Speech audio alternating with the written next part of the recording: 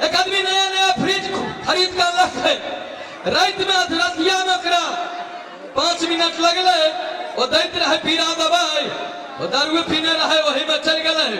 वो वहां चले घर वाली को उठा के उठू उठू, आज तक घर में चमत्कार भ गेल। कल मोर 12-1 बजे रात में कौन चमत्कार हाथ देख लिए।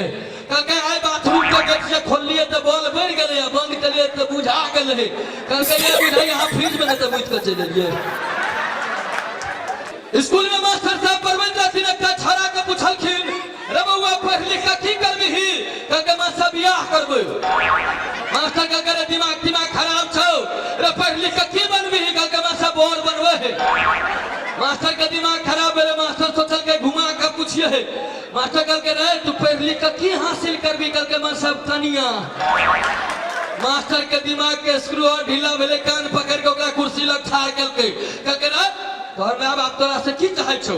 कल के मास्टर पोता चाहे छे।